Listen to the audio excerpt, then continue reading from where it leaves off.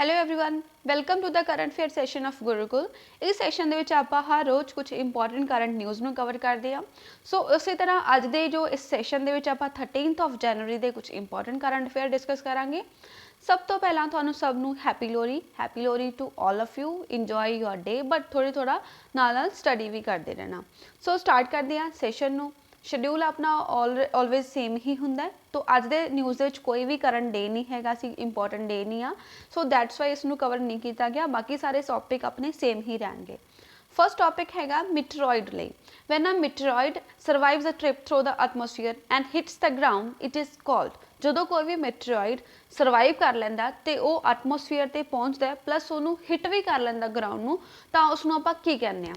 तो इस लई पहलां आपां नूं समझना चाहिए कि मीटरॉइड की हुंदे ने, किदों एंटर करदे आ एटमोसफीयर दे विच एंड दैन ग्राउंड नूं टच करदा तो उदों की कहने आ। सो सब तो पहला एक गैसेस ਜਾਂ फिर आप कह दो कि डस्ट पार्टिकल्स का मिल के कुछ पार्टिकल्स होंगे ने, टोटे होंगे ने, जो स्टोनस टाइप कह दो, तो वो की है मैट्रॉइड्स होंगे ने। मतलब जोड़े सोलर सिस्टम के घूम रहे हैं उन्होंने आप मैट्रॉइड कह दें। दैन जो वो की है हौली हौली मैट्रॉइड तो मैट्योर बनते हैं। कदों बनते हैं? जो एटमोसफीयर के एंटर हो जाते हैं। मतलब अपना जोड़ा एटमोसफीयर है, अगर कोई मैट्रॉइड उस एंटर हो गया तो आप उसनूं कह दें मैट्योर। उस तो बाद अर्थ का ग्रेविटेशनल फोर्स इन्ना होंदा है कि अर्थ अपने अंदर किसी चीज़ को आन ही नहीं दिंदी, अपने ग्राउंड में टच करने ही नहीं दिंदी। बट फिर भी अगर कोई मैट्रॉइड का साइज़ वड्डा है या फिर कोई भी इस तरह के कंडीशनस ने वो सर्वाइव कर लेंदा है तो फाइनली वो अपने ग्राउंड पर पहुँचता है, तो आप उसनूं कह दें मैट्योराइट। ऑप्शन भी करैक्ट आंसर है मैट्योराइट। क्यों न्यूज़ दे विच हैगा? बिकॉज रीसेंटली एक स्टडी हुई है जयपुर के नेड़े एक विलेज है मुकंदपुरा, उस जगह पर 2017 एक मीटोराइट जोड़ा है वो गिरिया, जिसनों आप जो हम गिर चुके तो आप उसनों की कहांगे मीटोराइट, बिकॉज उन्हें अर्थ के ग्राउंड में टच कर लिया। तो मीटोराइट है उसका नाम ही उस विलेज के नाम से रखता मुकंदपुरा CM2। सो रीसेंट जी भी स्टडी हुई है, it has shed light on the mineralogy of the meteorite named Mukandapura CM2 which fell in Mukandapura village near Jaipur in 2017। ਇਹਦੇ ਵਿੱਚ ਜਸਟ ਇਹ ਚੀਜ਼ਾਂ ਲਾਈਕ ਸਟੱਡੀ ਕੀਤੀਆਂ ਗਈਆਂ ਕਿ ਉਹਦੇ ਵਿੱਚ ਕਿਹੜੇ ਮਿਨਰਲਸ ਇਨਵੋਲਵਡ ਹੈਗੇ ਸੀ ਜਿਹੜਾ ਉਹ ਮੀਟਰੋਰਾਈਟ ਗਿਰਿਆ। मतलब एक जो पत्थर का टुकड़ा कह दें आप वो गिरिया, तो उसका नाम रखा गया मुकंदपुरा CM2। क्यों? क्योंकि वो मुकंदपुरा विलेज के उपर ही गिरिया सी इन 2017 एंड मुकंदपुरा विलेज किस जगह पर है? जयपुर के नेड़े। सो ये कुछ मीटरॉइट की इन्फॉर्मेशन है। व्हेन मीटरॉइट्स एंटर अर्थस एटमोसफीयर, जो कोई भी मीटरॉइट अर्थ के एटमोसफीयर में एंटर करता है या फिर आप कह दें किसी होर प्लैनेट के एटमोसफीयर में एंटर करता है, जिमें होर प्लैनेट लै लो मार्स, वीनस, कोई भी प्लैनेट जिसते वो एटमोसफीयर के एंटर कर जाता तो आप उन्होंने कह दें मैट्योर। तो वो की होंगे क्योंकि हाई स्पीड है, जोड़े अपने प्लैनेट्स ने वो काफ़ी हाई स्पीड से रोटेट कर रहे हैं, तो उसके करके इनू जो मैट्रॉइड्स होंगे ने उन्होंने पिछे अग लग जाती है, फायर वॉल्स तरह बन जाते हैं जिन्होंने आप शूटिंग स्टार्स भी कहने, तो उन्होंने ही मैट्योर्स कहा जाता है। जो वो मैट्योर चढ़े आ वो फाइनली अपने ग्राउंड पर पहुँच जाते हैं, ग्राउंड में टच करते हैं, then we call it as a meteorite. तो मीटोराइट ही है जोड़ा मुकंदपुरा CM2 है एंड 2017 वो एंटर होया सी अर्थ के ग्राउंड पर। Next topic, India became a non permanent member of which UN agency. India केड़ी यूनाइटेड नेशन की एजेंसी का नॉन परमानेंट मैंबर बनया? नॉन परमानेंट मतलब परमानेंट मैंबर नहीं आ, जस्ट कुछ टाइम के लिए सीट मिली है। किन्ने टाइम के लिए मिली है? 2 साल के लिए मिली है। सो किसका बनया है? United Nation Security Council UNSC। Option B correct answer. तो इंडिया विल बी चेयरिंग 3 की subsidiary bodies of the UNSC। हुण अगर कोई कंट्री किसी UN एजेंसी का लाइक UNSC का मैंबर बनती है, ये टोटल अगर तुहानूं दसां तां 15 मैंबर होंदे ने, 5 परमानेंट मैंबर होंदे हैं एंड 10 नॉन परमानेंट मैंबर।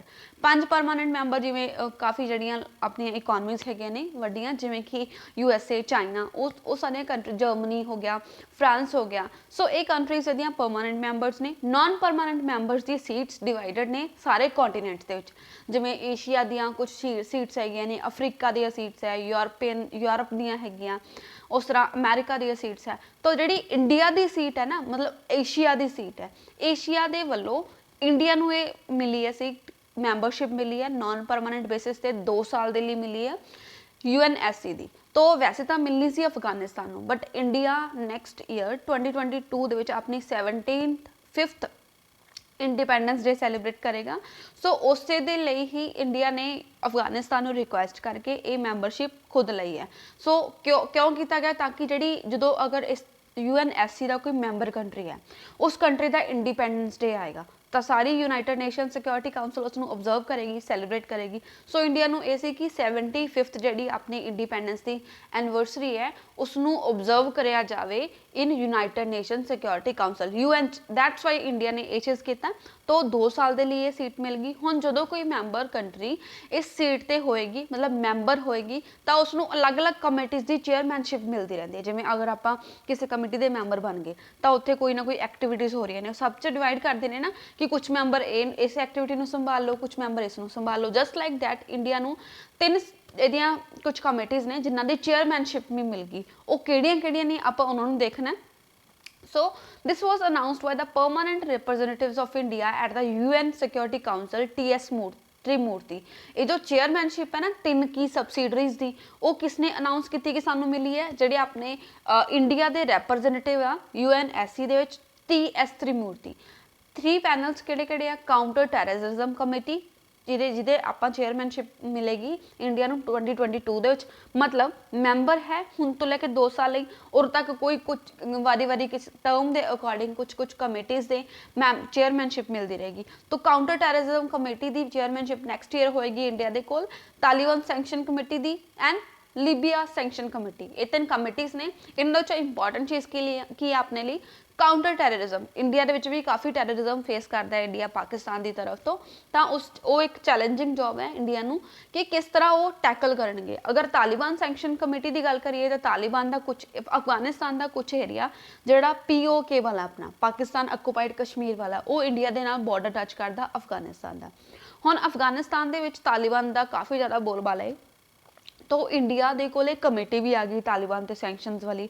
हुण इंडिया अपने फर्दर रिलेशनस किस तरह बनाएगा तालिबान दे नाल, बिकॉज अगर रिलेशन बिगड़े तो भी हो सकता है कि अफगानिस्तान के जोड़ा कुछ एरिया अपना टच करता POK नू, उस दे थ्रू अपने इंडिया नू कुछ नुकसान पहुँचाउण। सो काफ़ी चैलेंजिंग जॉब रहेगी। अपने लिए इंपॉर्टेंट चीज़ की है कि आप याद रखना है यूनाइटेड नेशन सिक्योरिटी काउंसिल की मैंबरशिप मिली है नॉन परमानेंट मैंबरशिप 2 साल के लिए एंड वो अंडर ही उन्होंने 3 जिहड़ियां सबसिडरीज बॉडीज़ ने उन्होंने चेयरमैनशिप भी मिल गई। वो किहड़ियां बॉडीज़ ने, counter terrorism committee, Taliban sanction committee ते Libya sanctions committee. Next topic ਇਹਦੇ ਵਿੱਚ ही कुछ होर इन्फॉर्मेशन है। India will chair the counter terrorism committee of UNSC in 2022। Chairing of the committees has a special resonance for, मतलब जी चेयरमैनशिप और स्पेशल रीजनस है ने। India which has not only been at the forefront of fighting terrorism, especially across border terrorism, but has also been one of its biggest victim।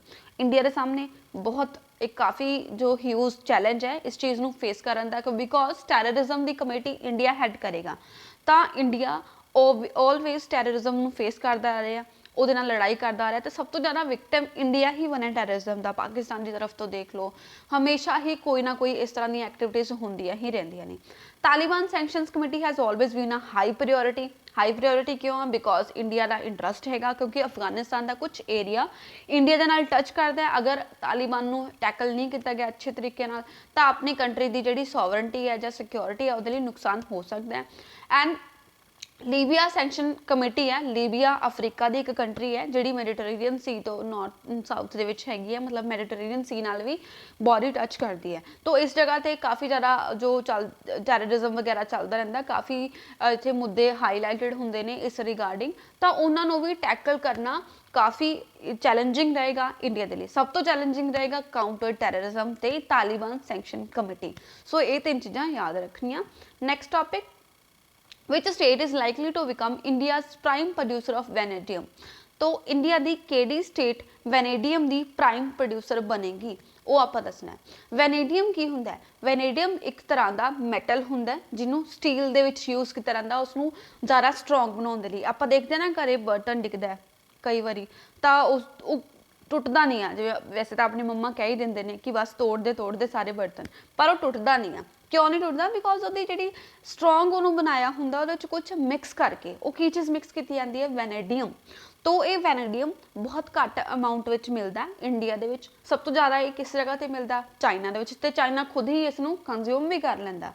हुण recently की होया अरुणाचल प्रदेश के विच, जिहड़ा कि अपनी नॉर्थ ईस्टर्न स्टेट है जिसका एरिया चाइना नूं टच करता है, तो अरुणाचल प्रदेश के इसके काफ़ी सारा सोर्सिस मिले ने जिहड़े अपने लिए यूज़ हो सकते हैं। तो इसे दे नाल ही, इन्हां सोर्सिस दे नाल ही इस स्टेट की हैल्प नाल इंडिया प्राइम प्रोड्यूसर बन गया वैनेडियम का।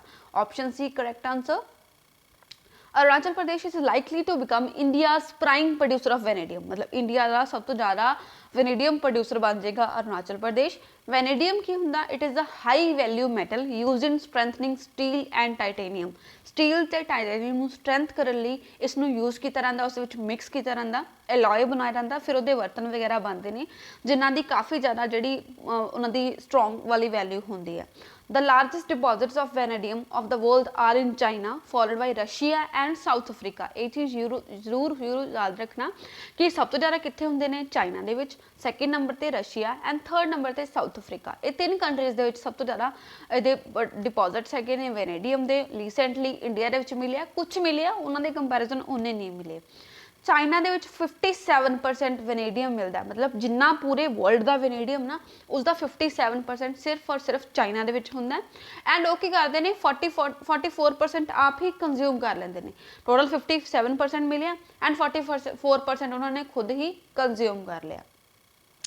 इंडिया सिग्निफिकेंट कंज्यूमर है पर प्रोड्यूसर नहीं है। इंडिया कंज्यूम करता है बट इन्ना ज़्यादा कंज्यूम नहीं करता, तो प्रोड्यूस तो बिल्कुल ही नहीं करता सी। According to data provided by GSI, India consumed 4% of about 84 tons of vanadium produced across the globe। जिन्ना भी ग्लोब दे विच, मतलब टोटल पूरे वर्ल्ड दे विच वैनेडियम प्रोड्यूस होया 84,000 टन, उन्हां दा सिर्फ 4% पार्ट इंडिया ने कंज्यूम किया। The geological survey of India found promising concentrations of vanadium in the Dipo and Tamang areas of Papum पारे डिस्ट्रिक्ट। अरुणाचल प्रदेश का एक कोई एरिया दीपो ते तमांग एरिया, पापुम पारे डिस्ट्रिक्ट हैगी है, उस जगह ते वे वैनेडियम मिलिया, जिहदे नाल इंडिया दी स्टेट जिहड़ी है अरुणाचल प्रदेश वो प्राइम प्रोड्यूसर बन सकती है वैनेडियम दी। मतलब फर्स्ट टाइम ये रिपोर्ट होया कि प्राइमरी डिपॉजिट्स मिले ने वैनेडियम दे। काफ़ी अच्छी चीज़ है इंडिया के लिए, बिकॉज पहला जी अपनी जरूरत से वो आपको इंपोर्ट्स वगैरह करने पैंदे होणगे, तो उन्होंने हुण इंपोर्ट्स नूं घटाया जा सकता बिकॉज इंडिया के विच ही उसके सोर्सिस मिल चुके हैं। सो याद रखना वैनेडियम नाम का प्रोडक्ट हैगा, स्टील ते टाइटेनियम नूं स्ट्रोंग बनाउण दे लई इसनूं यूज़ की तरह का एलॉय दी फॉर्म दे विच। Next, Shri Jagannath temple is located in which state?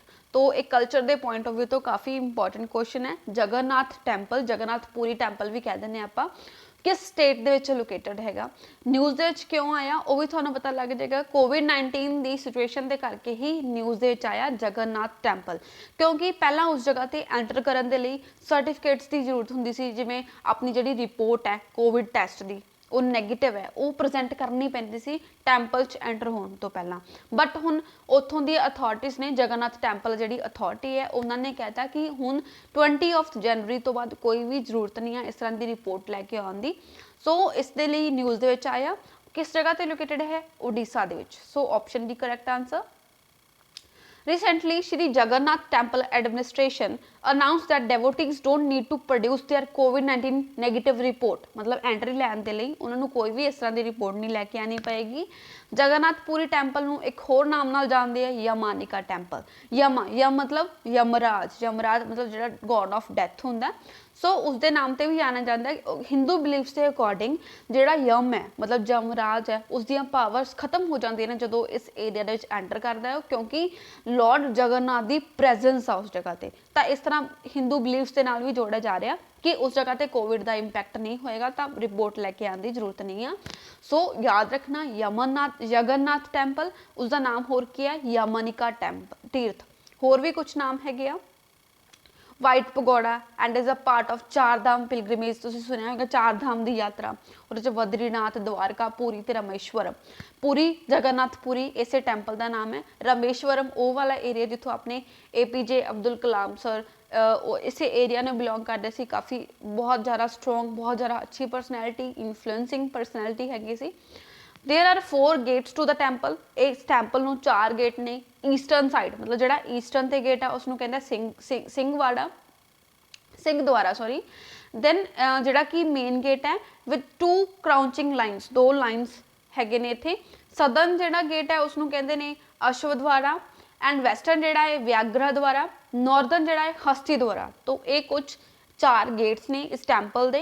There is a carving of each form at each gate. हरेक गेट ते कार्विंग हैगी है। In front of the entrance stand the Arun Stambh और सन पिलर। वैसे तो sun pillar basically sun temple Konark दे विच ने, बट इस जगह ते भी उस तरह के जिहड़े स्तंभ हैगे ने उन्हां दी एंट्रीज ते। सो काफ़ी इंपॉर्टेंट टैंपल है अपने historical heritage point of view तो। जगन्नाथ टैंपल, वाइट पगोड़ा हो गया, तो कोई भी नाम ले, या फिर यमनिका, तीर्थ, कोई भी नाम ले देन, इको ही टैंपल है जिहड़ा अपना हैगा Jagannathpuri temple which is located in Odisha. Next question, Bagasara प्रांत recently seen in news is related to which place. Bagasara प्रांत बनया किस जगह ते बनया? गुजरात दे विच। तो रिसेंटली काफ़ी न्यूज़ दे विच बनया, आपां देखांगे क्यों न्यूज़ दे विच आया। सो पहला याद रखना बगसरा प्रांत किस जगह ते लोकेटेड है? गुजरात दे विच। ऑप्शन ए करैक्ट आंसर हो गया। हुण ਇਹਦੇ ਵਿੱਚ ਕੀ ਹੈ, ਜਿਹੜੇ ਆਪਣੇ ਗੁਜਰਾਤ ਦੇ ਚੀਫ ਮਿਨਿਸਟਰ ਹੈਗੇ ਨੇ ਉਹਨਾਂ ਨੇ ਡਿਸਾਈਡ ਕੀਤਾ ਕਿ ਨਵਾਂ ਪ੍ਰਾਂਤ ਬਣਾਇਆ ਜਾਏਗਾ ਅਮਰੇਲੀ ਡਿਸਟ੍ਰਿਕਟ ਦੇ ਵਿੱਚ। ਗੁਜਰਾਤ ਦੇ ਵਿੱਚ ਇੱਕ ਡਿਸਟ੍ਰਿਕਟ ਹੈ ਜਿਸ ਦਾ ਨਾਮ ਹੈ ਅਮਰੇਲੀ ਡਿਸਟ੍ਰਿਕਟ। ਉਸ ਦਾ ਕੁਝ ਏਰੀਆ ਅਲੱਗ ਕਰਕੇ ਮਤਲਬ ਕੁਝ ਏਰੀਆ ਦਾ ਨਾਮ ਬਗਸਰਾ ਪ੍ਰਾਂਤ ਕੀਤਾ ਜਾਏਗਾ। ਕਿਉਂ ਕੀਤਾ ਜਾਏਗਾ? ਬਿਕੋਜ਼ ਜਦੋਂ ਕਿਸੇ ਜਗ੍ਹਾ ਦੀ ਪੋਪੂਲੇਸ਼ਨ ਜ਼ਿਆਦਾ ਹੁੰਦੀ ਹੈ ਤਾਂ ਉਸ ਨੂੰ ਟੈਕਲ ਕਰਨਾ कुछ पर्टिकुलर अथॉरिटी द्वारा मुश्किल हो जाता। तो अगर उन्होंने कुछ पार्ट्स के डिवाइड कर दिता जाए तो उन्होंने टैकल करना ईजी हो जाता। फॉर एग्जाम्पल अगर क्लास है जिस 100 स्टूडेंट्स ने तो उन्होंने एक टीचर के द्वारा टैकल करना बहुत औखा हो जाएगा। उन्होंने समझ भी नहीं आना, कुछ पिछे तक तो आवाज़ ही नहीं जाएगी। तो सेम तरह का मैटर है कि अगर उन्होंने चिल्ड्रनस नूं 50-50 की क्लास के डिवाइड कर दिता जाए तो वो सब प्रॉब्लम्स उन्होंने रिजोल्व हो जाएगियाँ। सो उस तरह ही है बगसरा प्रांत नूं अमरेली डिस्ट्रिक्ट के विचों ही कुछ अलग प्रांत बनाया जा रहा। न्यूली क्रिएटेड बगसरा प्रांत would come into effect on 26 January which includes Bagasara and Vaidya तलुकस्तान। तो ये कुछ एरिया होंगे तो बगसरा प्रांत बन जाएगा उन्होंने नाल, जिहदे नाल अथॉरिटीज़ नूं उन्हां दीआं प्रॉब्लम्स नूं सॉल्व करना ईजी हो जाएगा। Since the districts with larger geographical areas cause inconvenience to the people, the state government has been reorganizing smaller districts। क्योंकि states का जिहड़ा इन्हां districts का area बहुत ज़्यादा सी, उस दे नाल authority नूं government नूं tackle करना बहुत औखा सी। That's why वो इन्हां district नूं smaller form दे विच reorganize कर रही है, प्रांत दे विच डिवाइड कर रही है। सो उस तरह गुजरात की अमरेली डिस्ट्रिक्ट दे विचों एक एरिया अलग करके की बनाया गया बगसरा प्रांत। Then King Al Sultan Abdullah of which country declared a state of emergency across the country in January 2021 to curb the spread of COVID-19।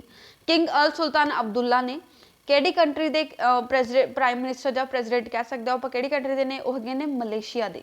ਉਹਨਾਂ ਨੇ ਆਪਣੀ ਕੰਟਰੀ ਦੇ ਵਿੱਚ ਐਮਰਜੈਂਸੀ ਡਿਕਲੇਅਰ ਕਰਤੀ। ਕਿਉਂ ਕੀਤੀ ਹੈ? कोविड-19 ਨੂੰ ਕਰਵ ਕਰਨ ਦੇ ਲਈ।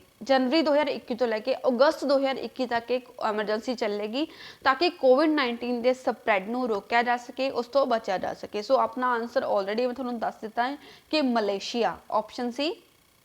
Malaysia's king Al Sultan Abdullah declared a state of emergency across the country on 12th January 2021 to curb the spread. An emergency would give the prime minister and his cabinet extraordinary powers। ਆਪਣੇ India ਵਿੱਚ ਕੀ ਹੁੰਦਾ ਕਿ president ਨੂੰ extraordinary powers ਮਿਲ ਜਾਂਦੀਆਂ ਨੇ due on ਦਾ time of emergency. तो ਮਲੇਸ਼ੀਆ ਦੇ ਵਿੱਚ ਕੀ ਆ, ਪ੍ਰਾਈਮ ਮਿਨਿਸਟਰ ਨੂੰ ਕੁਝ ਪਾਵਰਸ ਮਿਲ ਜਾਂਦੀਆਂ ਨੇ ਜਿਹਦੇ ਵਿੱਚ ਕੀ ਆ, ਉਹ ਗਵਰਨਮੈਂਟ ਅਲੱਗ-ਅਲੱਗ ਲਾਜ਼ ਬਣਾ ਸਕਦੀ ਹੈ पार्लीमेंट की अप्रूवल तो बिना। अगर पार्लीमेंट, अगर आप मलेशिया की गल करिए तो मलेशिया की कैपिटल है कोलालंपुर, करंसी मलेशियन रिंगिट है। सो ਸਾਊਥ ਈਸਟ ਜਿਹੜੀ ਏਸ਼ੀਅਨ ਕੰਟਰੀ ਹੈਗੀ ਆ ਇੰਡੀਆ ਦੇ ਸਾਊਥ ਈਸਟ ਵਾਲੇ ਪਾਰਟ ਦੇ ਵਿੱਚ ਇਹ ਕੰਟਰੀ ਆਉਂਦੀ ਹੈ। ਮਲੇਸ਼ੀਆ ਯਾਦ ਰੱਖਣਾ, ਕੋਲਾਲੰਪੁਰ ਕੈਪੀਟਲ ਹੈ, ਕਰੰਸੀ ਮਲੇਸ਼ੀਅਨ ਰਿੰਗਿਟ। ਐਮਰਜੈਂਸੀ ਡਿਕਲੇਅਰ ਹੋਈ ਹੈ, ਕਿੰਗ ਦਾ ਨਾਮ ਕੀ ਹੈ, ਉਹਨਾਂ ਦੇ ਪ੍ਰਾਈਮ ਮਿਨਿਸਟਰ ਦਾ ਨਾਮ king Al Sultan Abdullah.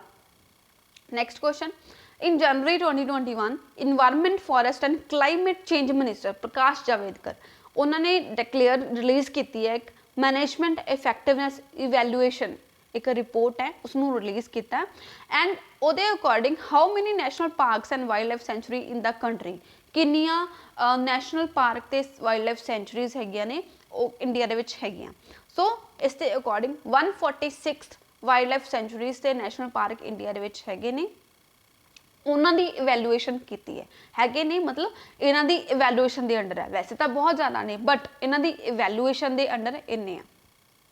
Option D environment forest and climate minister Prakash Javadekar, मतलब minister of environment forest and climate change कौन हो गए, प्रकाश जावेदकर। उन्होंने रिलीज़ की management effective evaluation 146 national park ते वाइल्ड लाइफ सेंचुरीज थी।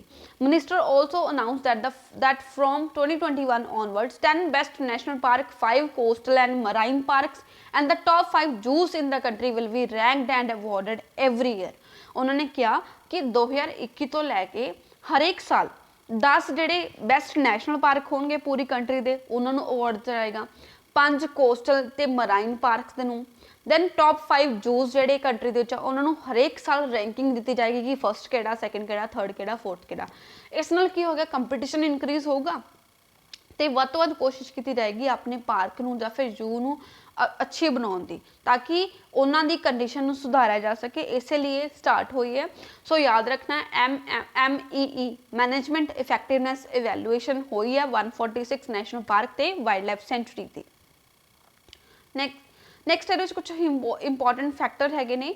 As per the MEE report west Bengal Jaldapara, west Bengal ਦਾ ਇੱਕ ਨੈਸ਼ਨਲ ਪਾਰਕ ਹੈ Jaldapara, and Raiganj wild life sanctuary Himachal Pradesh ਦਾ ਇੱਕ Sainj and Tirthan wildlife sanctuary है, and the great Himalayan national park, they have been declared as top 5 national park and wildlife sanctuary in the country.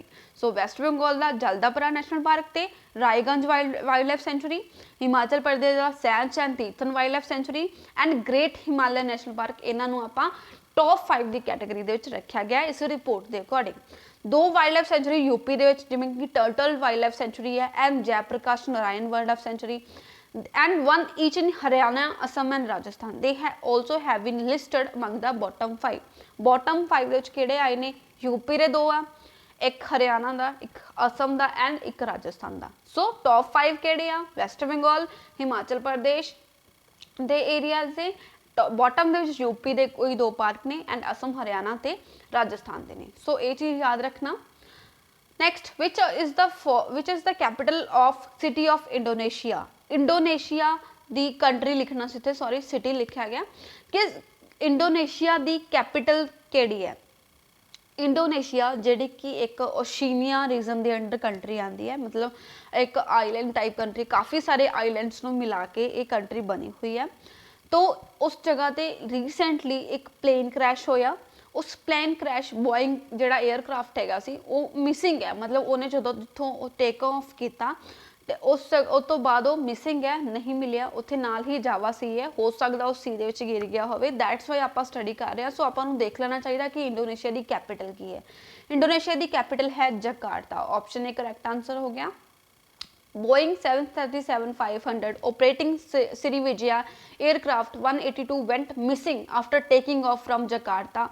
Jakarta ਦਾ ਇੱਕ airport है, ਉੱਥੋਂ ਉਹਨੇ take off ਕੀਤਾ, ਉਸ ਤੋਂ ਬਾਅਦ ਉਹ लुप्त हो गया, नहीं पता कित्थे ते कित्थे नहीं। The aircraft crashed near the 1000 island, उस जगह ते 1000 आइलैंड है, उसके नेड़े उन्हें क्रैश करता।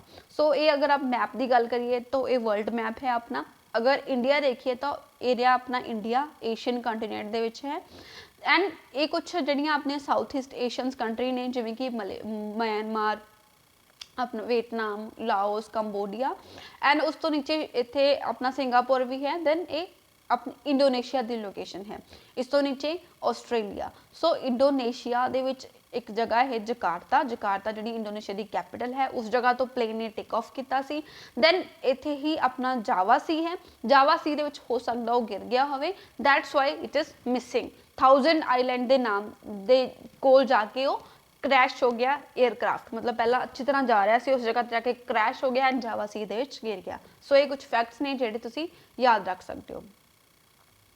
Next question, IREDA which was making news recently is an organization under which ministry? IREDA ਕਿਹੜੀ ਮਿਨਿਸਟਰੀ ਦੇ ਅੰਡਰ ਆਉਂਦਾ ਹੈ? ਸੋ IREDA ਬੇਸਿਕਲੀ ਆਉਂਦਾ ਹੈ ministry of new and renewable energy.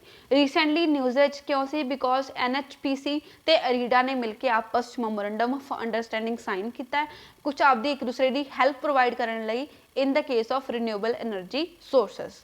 So option D is the correct answer.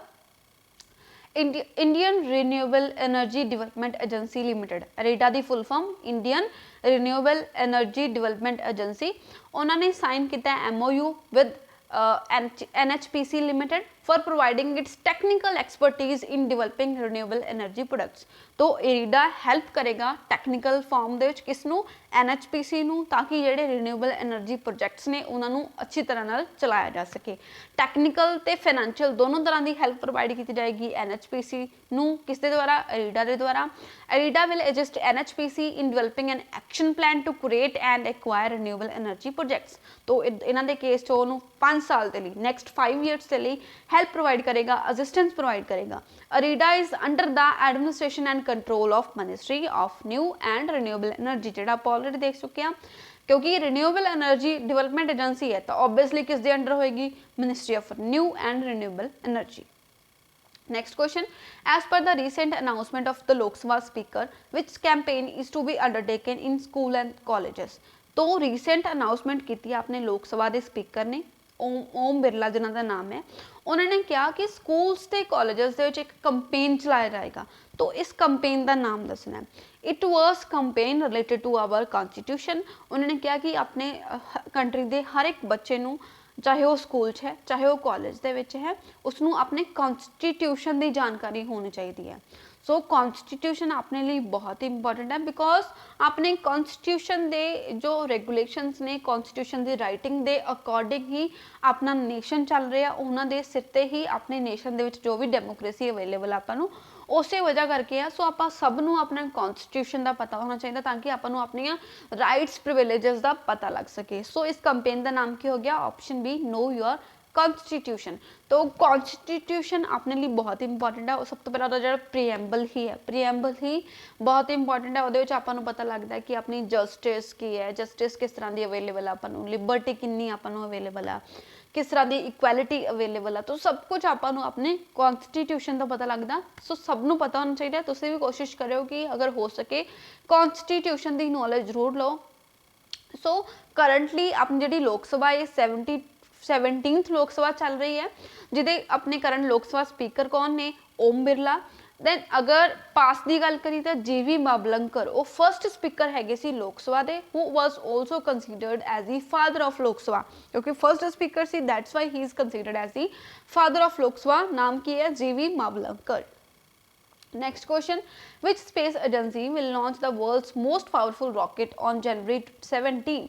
KD space agency पूरे world का most powerful rocket launch करेगी 17 जनवरी को। सो इस तरह की अगर गल करिए तो काम कौन करती है? नासा। नासा बहुत फेमस स्पेस एजेंसी है। किस कंट्री की स्पेस एजेंसी है? वो है USA the, United states of America. ISRO की गल करिए, इंडिया की अपनी स्पेस एजेंसी है। जैक्सा जापान की है। ESA यूरोपियन यूनियन की स्पेस एजेंसी है। तो नासा इस रॉकेट को लॉन्च कर रही है, जोड़ा पूरे वर्ल्ड का हुण तक का मोस्ट पावरफुल रॉकेट है। Option A correct answer. NASA is set to launch the most powerful rocket in the world on January 17. NASA has named it as the Space Launch System. नाम की रखा? Space launch system.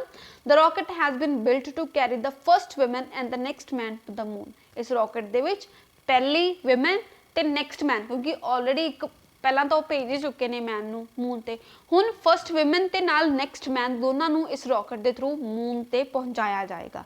सो काफ़ी important उन्होंने लिए जिहड़ा feature है, important एक चीज़ है उन्होंने लिए USA के लिए साइंस एंड टैक के फील्ड दे विच। सो ਸੋ ਇਹ science and tech the news ਹੋ ਗਈ। ਅੱਜ ਦੇ ਡੇ ਦੀਆਂ ਕੁਝ ਇੰਪॉर्टेंट डेज यही सी। दैन एक वन लाइनर है अपने लिए, कुछ सिंगल अगर आप याद करना चाहिए तो union Minister of for information and broadcasting IB के मिनिस्टर जोड़े उन्होंने डिजिटल कैलेंडर ते diary of state of India launch किया। मतलब डिजिटल फॉर्म दे एक कैलेंडर ते डिजिटल डायरी लॉन्च की अपने इंडिया की। And this calendar and diary of India are available as free mobile apps ते अवेलेबल ने। गूगल प्ले ते भी जाके कर सकते हैं डाउनलोड, iOS ऐप स्टोर अगर एप्पल यूजर्स ने वो iOS ऐप स्टोर तो डाउनलोड कर सकते हैं। They are available in Hindi. हुण इन्हां दी इंपॉर्टेंट चीज़ की है, जिहड़े कैलेंडर ते डायरी ने वो हिंदी दे विच अवेलेबल ने एंड इंग्लिश दे विच भी ने। सून ये 11 रीजनल लैंगुएज मतलब जिहड़ियां अपने इंडिया दियां 11 लैंगुएजेस ने उन्हां दे विच भी अवेलेबल हो जाणगे। Next national internet exchange of India, it provides a free IDN मतलब इंटरनेशनलाइज्ड डोमेन नेम, इसनों प्रोवाइड करवाया जाएगा जिहदे विच की आ 22 ऑफिशियल इंडियन प्रैफर्ड लैंगुएजेस होणगियां। हरेक जिहड़ी आई है ना मतलब इंटरनेशनलाइज्ड डोमेन नेम है वो रिजर्व होएगा रजिस्ट्रेंट द्वारा। Applicants also will receive free local language emails, आपां नूं फ्रीली लोकल लैंगुएज दी ईमेल्स भी मिल सकदियां ने। This offer was created to stimulate the adoption of international domain names, ताकि IDN अडॉप्ट हो सकन अपनी लोकल लैंगुएज के लिए, so that local language content आपको मिल सके। हम देखो अगर आप अज के टाइम पर कुछ सर्च करते हैं तो मोस्टली रिसर्च रिजल्ट किस लैंगुएज के आते हैं, इंग्लिश के। अपनी लोकल लैंगुएज तो बहुत घट आते हैं, तो मेल वगैरह तो बहुत ही रेयर। तो उन्होंने चीज़ों के लिए ही एक किया गया, आपने किसने किया है, Union Minister of Information and Broadcasting. So these were some news of the day. Now national park जोड़ा कि अपना स्टैटिक टॉपिक चल रहा, वारी है अज उत्तर प्रदेश स्टेट की। उत्तर प्रदेश के विच इको एक नैशनल पार्क है, बाकी वाइल्ड लाइफ सेंचुरी ने, उन्होंने आप वाइल्ड लाइफ सेंचुरीज के कवर करांगे। बट अज आप नैशनल पार्क की गल करते हैं, इसका नाम है दुधवा नैशनल पार्क। बहुत फेमस भी है, किस दे लई फेमस है, टाइगर, सामे, डियर, हॉक डियर इन्हां दे लई फेमस है। यूपी दे विच है। तो यूपी स्टेट दे विच रीसेंटली काफ़ी न्यूज़ दे विच सी, योगी आदित्यनाथ इत्थों दे जिहड़े CM ने उन्होंने काफ़ी जो लॉ बनाई सी एंटी करवर्सन लॉ, तो उन्होंने सुप्रीम कोर्ट च हालांकि सुनवाई चल रही है, तो उस तरह के लॉज बनाए। यूपी का कुछ एरिया इंटरनेशनल बाउंड्री भी है जिहड़ी कि नेपाल दे नाल है, यूपी के नॉर्थ विच नेपाल स्टेट लाई करती है। सो काफ़ी ह्यूज एरिया यूपी का, याद रखना। Dudhwa national park important national park है, यूपी के नॉर्दर्न साइड ते लाई करता है दुधवा, नेपाल तो नेड़े ही है। फेमस चीज़ां टाइगर्स ते डियर ने। सो एक अपने अज के सैशन के कुछ इंपॉर्टेंट टॉपिक्स कवर हो गए। हुण कुछ इंपॉर्टेंट जानकारी कि एंटिटी नैब तहसीलदार ते होर कंपीटेटिव एग्जाम्स के जो भी बैचेस ने स्टार्ट हो चुके हैं दोनों जगह ते, बठिंडा ते अबोहर। तुसीं किसी ने भी ज्वाइन करना हो ज्वाइन कर सकते हो। ऑनलाइन बैचेस भी अवेलेबल ने, अगर किसी स्टूडेंट को दिक्कत है वो ऑफलाइन नहीं जा सकते then they can opt for online batches. Gurukul Abohar नाम की ऐप है, प्ले स्टोर से जाके तुसीं डाउनलोड कर सकते हो। एंड अगर कोई होर इनक्वायरी होवे तो तुसीं इस नंबर पर कॉल करके जानकारी लै सकते हो। दैन अगर तुहानू वीडियोज़ पसंद आ रही ने करंट अफेयर्स दियां तो लाइक करो, सबसक्राइब करो एंड शेयर करो। सो मिलते हाँ कल दे सैशन दे विच इंपॉर्टेंट कुछ होर करंट अफेयर्स के नाल। टिल दैन तुसीं स्टडी करते रहो, इंजॉय करो अज दा फेस्टिवल एंड बाय बाय, जय हिंद।